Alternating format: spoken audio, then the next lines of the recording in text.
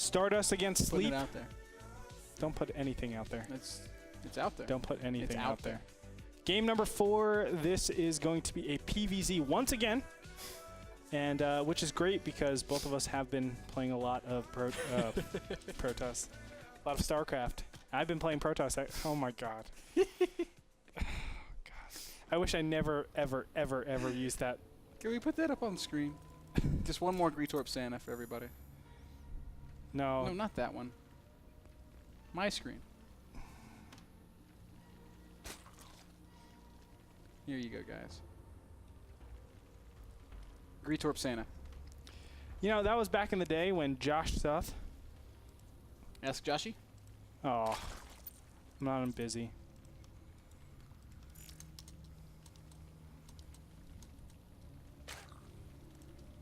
Got it. All right. That's back in the day where Josh Suth was like, "Hey, Gretorp, make a funny face." So I made a funny face.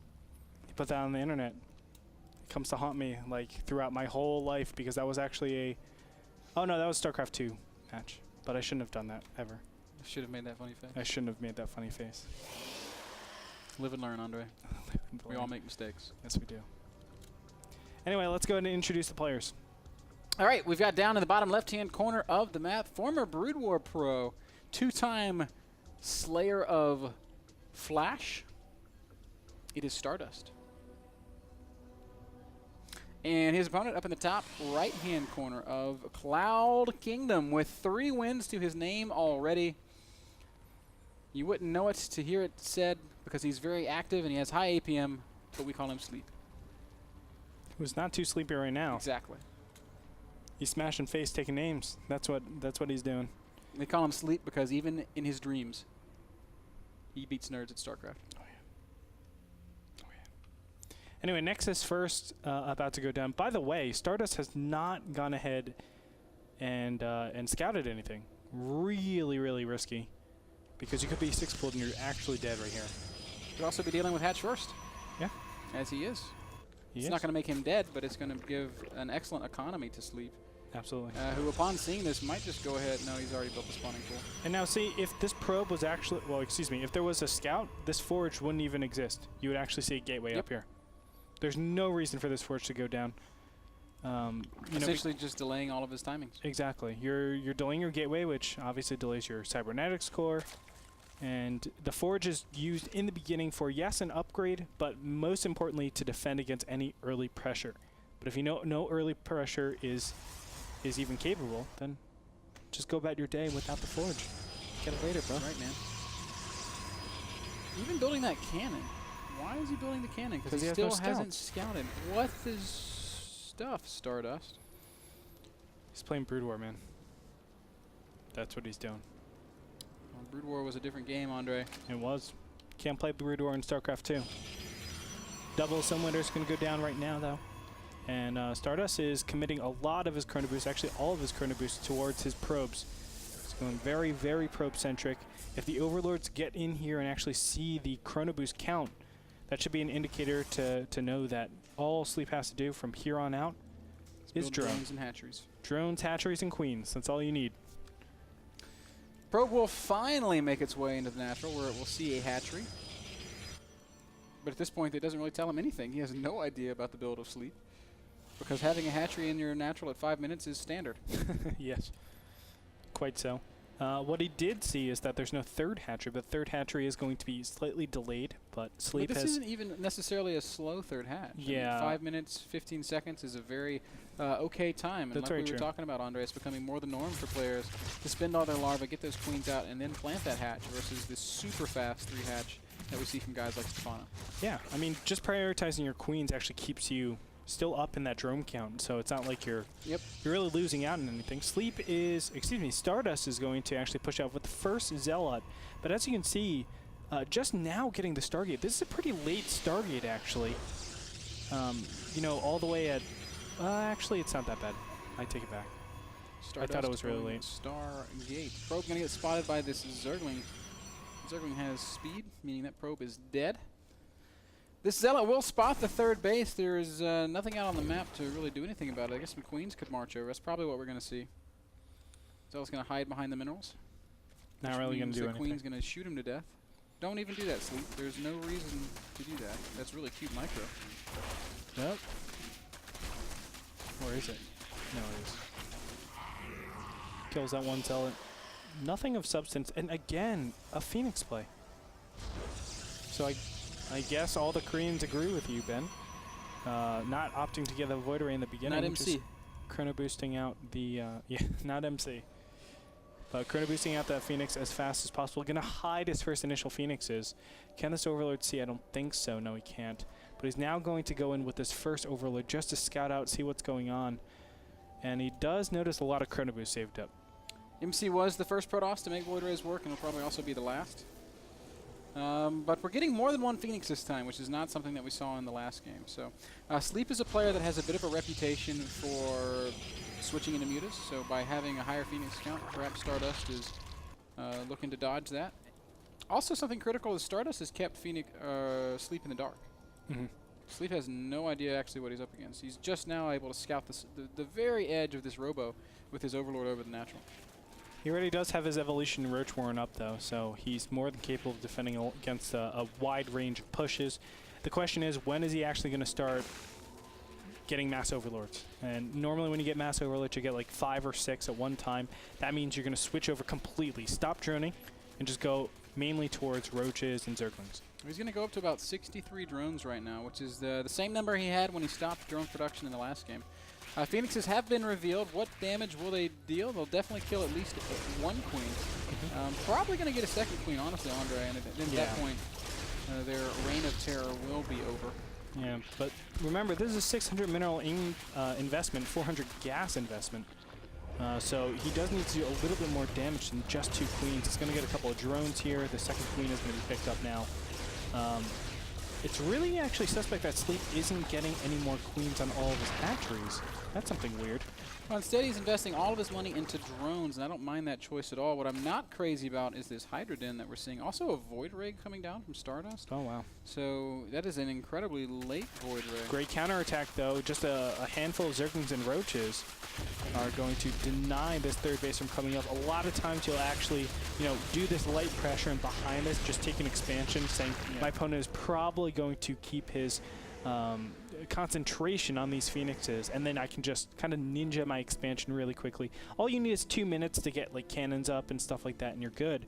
But obviously, Sleep on top of the ball. Yeah, and you can't take that Nexus that fast when you don't have any ground army. So by doing that, not only does Sleep cancel that initial third base, but he forces some Unisleep work in. Some additional investment out of Stardust. Stardust, he's looking pretty okay. 91 supply to 91 supply. Worker-wise, he's only 8 probes down. Oh, but he's going to lose his Observer to the Spore Crawler. That's very sloppy. Coming forward with some... Ooh, he's just going to push right away. Stalkers, a single Immortal, and Phoenix. Yeah, this... Void Ray. This is a very threadbare force, and he is actually going to back off, perhaps realizing his peril. In the meantime, taking his third base, or retaking his third base. The Hydras, as you said, they are coming out right now. Oh my gosh. No. If he can kill the Phoenixes, he's not going to kill the Phoenixes. He is going to kill the Phoenixes. Well, he's going to kill everything. Oh, now he's going to switch into Muta. I think it's almost a guarantee at this point. The Phoenix production is stopped. There's only 3 Phoenixes out. Some of them are quite low on health. I would not mind a Muta switch at all at this point. Where's the Twilight Council? Okay, so Blink is actually going to be finished. Maybe I'm getting a little carried away. But that's a lot of Stalkers as well. Yeah. I wouldn't be too crazy about a Muta switch at this point. I mean, you've spent so much on your Roaches and Hydras in the beginning. So how powerful can your Mutas actually be? You can't get a ton out. Well, he's getting +1 flyer attack, so. Interesting. And 14 drones. That'll put him at 80. Almost exactly. Still a good number, especially for a 4 base. 7, 8 gateways right now for our Protoss player. Lots of Stalkers. Blink is done. Oh, Sleep, you've got to be so careful with your army this far forward. A couple of force fields could just crush everything. Here come those Mutas, Andre. 8, 9 in production. All right. So Sleep, I guess, living up to his reputation. Crazy. How do you feel about Mutas in this position, especially on Cloud Kingdom? Because I know, I've seen Dongri Gu be very successful with this. But when you're 13 minutes in the game, Protoss probably has pretty good upgrades. I mean, do you really think you're going to get a lot of damage done with these? You know, I'm not really, honestly, I'm not completely sure how I feel about mutas in this situation. There's a lot of Stalkers out. 24 Stalkers with Blink, with good upgrades.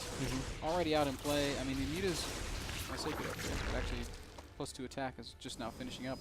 I mean, the mutas, what they do achieve is they give all sorts of map control back to Sleep. It's going to put Stardust in a situation where he's going to be like, all right, either I all in or I spread myself out and defend for a long time while my opponent continues teching up. So we'll see how it plays out. Mutas and Zerglings are going to roll out almost in conjunction with Stardust's army. He's at 150 supply and either gearing up to take a fourth or gearing up to make a push.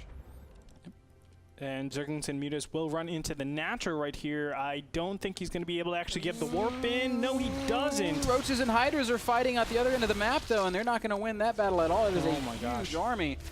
So here we go. This is going to put Stardust pretty much all in, Andre. He's going to lose his main here. We should see a ton of spine crawlers being made pretty soon. That's exactly what you do when you go into a base race. Oh, taking out the cybernetics core is so important. Now working on all the drones. That means no more Stalkers can be made. Where is he going to put his spine crawlers? Look at this over here on the 4th. Like it. Great move. It's exactly what he needs to do. Blink Stalkers can still do some really cool things against spines, though. They can just blink back as they take damage. Sleep has really got to preserve as many of his drones as he possibly can. He's cleaned out the main. Now he's going down into the natural where these cannons will be killed very quickly. Yeah, the natural is also completely gone. There are almost no probes left on the map for Stardust at all, so he's got to win with the army he has. Yeah, and every single Stalker is so valuable in this position. They actually lost a couple of them to just straight out drones and queens. Unfortunate, but as you can see from the production tab, there are additional Zerglings and Mutas on the way out. Those Zerglings are actually so important in this situation. That might sound crazy. Zerglings are great tanks, though. One Immortal almost getting picked off by spine crawlers. I gotta say, Stardust's army is terrifying, Andre. I don't think that Sleep is in a position to engage it heads up. Now, maybe if he were to fight that group of units in his natural, he could win. But instead, this is just going to degrade into a just all-out base race. Yeah. Most definitely. Do we have any drones on the map? Look at this, a single drone all the way on the left-hand side. But there's no money to build anything. He can make an extractor. Yes. And that is it. So that is the bane of TT1's existence, too. Bad news for Stardust as... I'm sorry, for Sleep, as Stardust is the one with more money. He can build a Nexus if he wants. But now, this is the problem. I mean, even if the extractor is going to go down here, but there are far less units. This is going to be a base race. Probe spots that extractor, so there's not even any hiding it. And I don't think Stardust can actually win this. I mean, he's going to get eliminated right now. Stardust? Oh, excuse me. Oh, wow. Sleep, you mean? I'm sorry, I didn't see all these probes. Sleep is I'm silly. screwed. Yeah. Most certainly is. Yeah, and he has 600 minerals too, so he can even throw down a Nexus if he wants to. Like, there are so many Stalkers. There are 35 Stalkers. That's more than there are Mutas. So the Stalkers would win that fight all day long. And now the standoff begins. I thought he could have done something back when he was at his 4th base over here with the spine crawlers. If he pulled all of his Zerglings, I thought it would have been so good. Oh, he's trying to get rid of the pylon, but instantly additional pylons get thrown down. So clever. Well, the race is on. Here come the Mutas. They will pick off. Oh, no, there's still another pylon right there. Can he get in time? Oh, yes, my God, he got an incredible finish. God. Oh, my God. Sleep pulls it off. Are you kidding me? Wow. Oh, Stardust is kicking himself right now. If only he made just build him, man. Put him up. Pylons, he would have won. There's no way he could have lost that. Oh, instead, he was trying to chance it. He was trying to bait that army by doing what he did. Yeah. And there's no reason for that, though. Sleep was able to sweep in there, and wow, what an exciting finish there. God, yes. That looked like Stardust had that game in the bag. He did have that game in the bag. It was his game to lose. Yes. Sleep rolls the dice. And he, I don't know what comes Yahtzee. up. Yahtzee. Yahtzee, baby. So we're gonna go into a short commercial break. 4 wins for Sleep right now. His next opponent gonna be Ryung. Ryung, yes, sir. So when we come back, Ryung versus Sleep, a TVZ. Don't go anywhere. More NASL Gauntlet action after this.